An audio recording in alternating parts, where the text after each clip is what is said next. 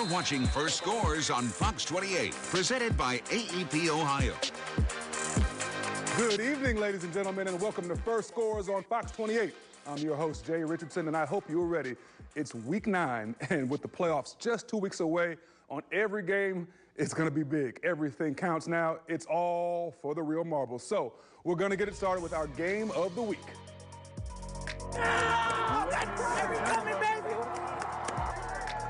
All right, Pickerington Central taking on Reynoldsburg in the battle of 256. Raiders starting it off. We got Mike Watley under center. He shakes off Dwayne Carter and fires. It connects with a wide open Canby Goff for the 67-yard strike. Not a defender in sight. 7-0 Raiders. Pick Central, you're going to see here in a second, is back to punt. But, hey, David Hebron says, no, no, no, give me that. That's a big-time block. Sets up first and goal. A few plays later, Des Cooper takes the handoff, and he punches it in from 5 yards out. 14-0 Raiders. Raining heavily in the second quarter, but have no fear. Demetric Crenshaw is here. He drops back and throws a beautiful rainbow pass to Lorenzo Styles Jr.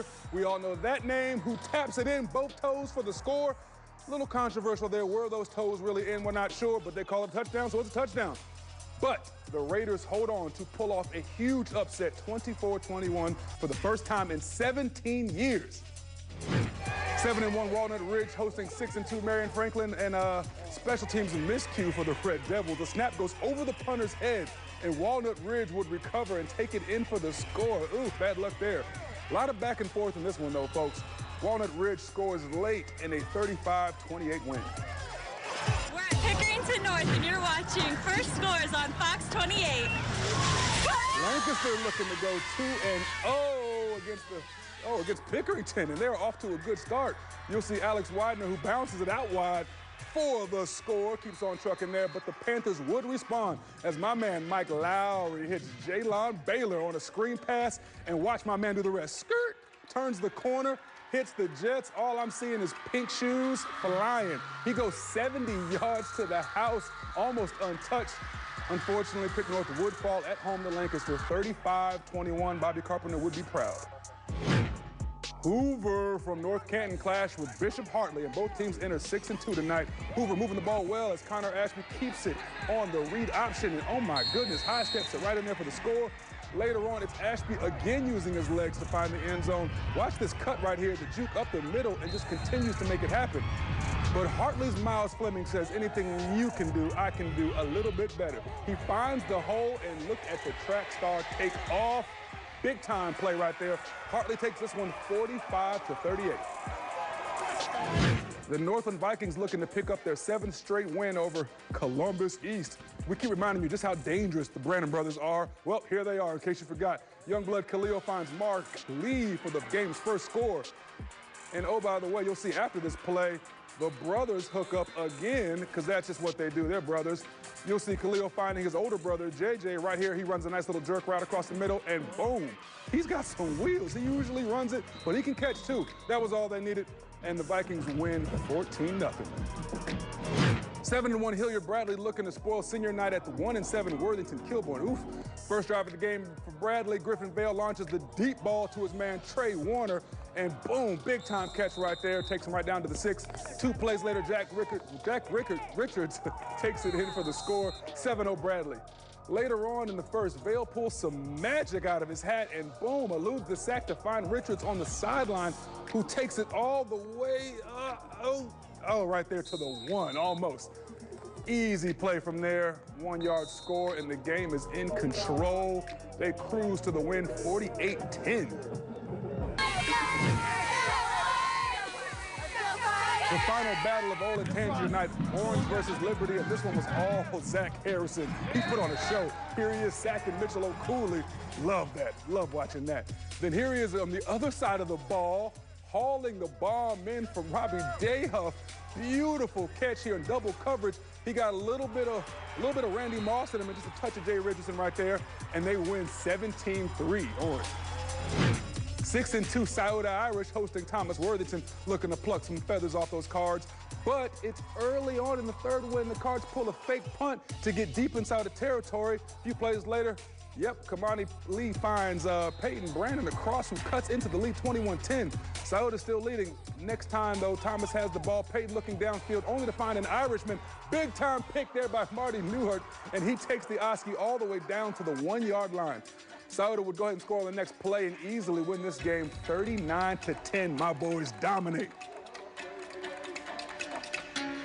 All right, now it's time for the top 5 powered up plays of the night, presented by AEP Ohio. Let's start things off at number 5. Eastmore's Napoleon Dynamite Harris catches this pass and shows off those sweet skills. Eastmore gets the big win, 65-0. Look at those breakaway skills right there. And then you got the touchdown skills right there, too. Coming up, we got number 4 here, Mike Wiley hitting Canby for that 67-yard strike. Beautiful catch right here. Where's the defense, guys? There's just no defense out there. He's all by himself. Let's get to the top 3. Hartley's Miles Fleming turns the corner as the QB and hits the turbo button. I forget what the games are these days, what the button is, but he hit it. No one's catching him. He leaves everyone in the dust. Beautiful play right there, big man. But just missing the top spot tonight at 2, Mark Lee makes the biggest hit we've seen all year. Watch this. Out of nowhere, boom!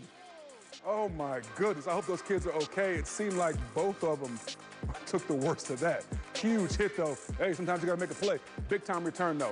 But the number 1 play for Week 9, my man Mike Lowry dumps the screen to Jalen Baylor, and look at the wheels on this dude.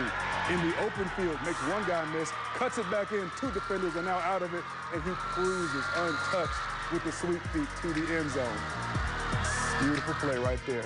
That's it for the highlights, but stick around. When we get back, we are going to be awarding the Player of the Week. Big-time, uncommitted prospect out of Ohio. You guys are not going to want to miss this.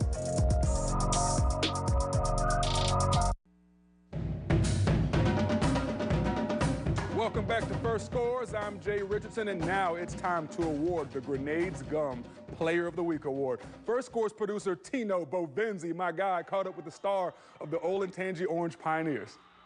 That's right, Jay. This is the first time we've had a defensive player as our Player of the Week, and we're here with a guy that needs no introduction, one of the top prospects in Ohio and in the nation, Zach Harrison. Zach, how does it feel to be the Player of the Week?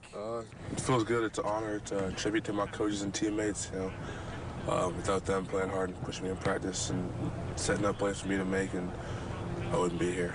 Last week, you guys had a big win over Westerville Central. In that game, you had 9 tackles, a sack and a half, and a huge game-changing play with a blocked field goal. You walk me through that play and tell me how that went? Well, what happened is the guy who normally lines up next to me, Kyle Sussman, he went down that, so Brant had to step up, and I told him, I said, Brant, just run right through the guard. Just run as fast as you can right through the guard. And he did that, and I split the gap and just jumped up and got a hand on it, and Ethan picked it up, had the awareness to take to the crib. Being that you're such a highly rated prospect and you've got everyone's attention, for you, does that personally motivate you, or does that add a little bit of pressure to you each and every week? It's motivation, you know, because I know I have to work extra hard and not really live up to my name, but just kind of just work really hard. And people are looking up to me and people are looking at me every time, so I bring my best every week, and I'm going to get their best every week. You've had a couple of visits to Ohio State, and it seems to you've been building a relationship with Coach Johnson. How big is that for you to have that relationship and that resource to get better as a player? Yeah, I love Coach Jay. He's one of the best to ever do it in the D-line coaching category, and it's I like to watch his guys on Saturdays and just watch the technique that they use and how they pass rush and try to add that to my game. So what are your goals to finish out your senior year? A lot of team-oriented goals. I like to want to win out, go see championships, make it to the playoffs, win in the playoffs, and just enjoy my senior year. For First Scores on Fox 28, I'm Zach Harrison. Back to you, Jay. Oh, thank you, Zach. I like this kid. Uncommitted still. Please, please, please consider joining the Buckeye Brotherhood. Coach Jay's going to love you. I'll love you, and, you know, Uncle Jay will be here in town. Listen, that's all we have for First Scores on Fox 28 tonight.